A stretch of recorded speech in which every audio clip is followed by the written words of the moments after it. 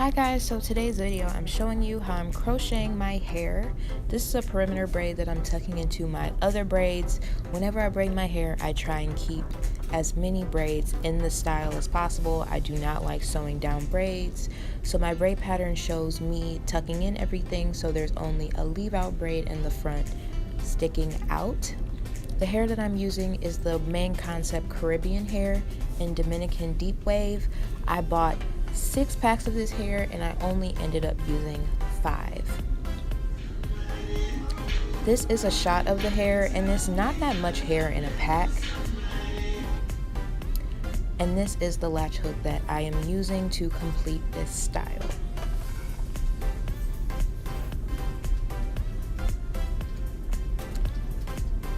So in the beginning I was kind of confused as to where I'm going to start, but basically you would slide the latch hook under the braid, pull the hair through it, and then knot it to secure the hair. I ended up not cutting this hair in half. You probably don't need as much packs if you do decide to cut this hair in half, but since I'm using the full amount, as you can see, I'm just pulling it through my braid, twisting it multiple times so it can be secure. And then I finally pull it through.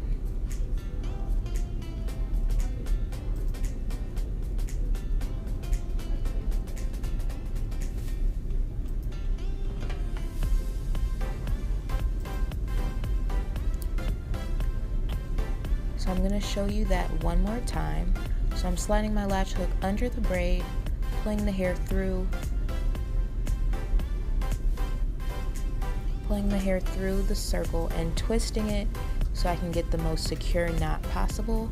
With silkier hair, you want to twist it 3 to 5 times, and then you would just push that knot down towards the base of the braid. This is what the hair looks like when it's finished. And I left the leave-in braid to stay during the night, and I will show you how that looks when I take it down. No, you never gave it back.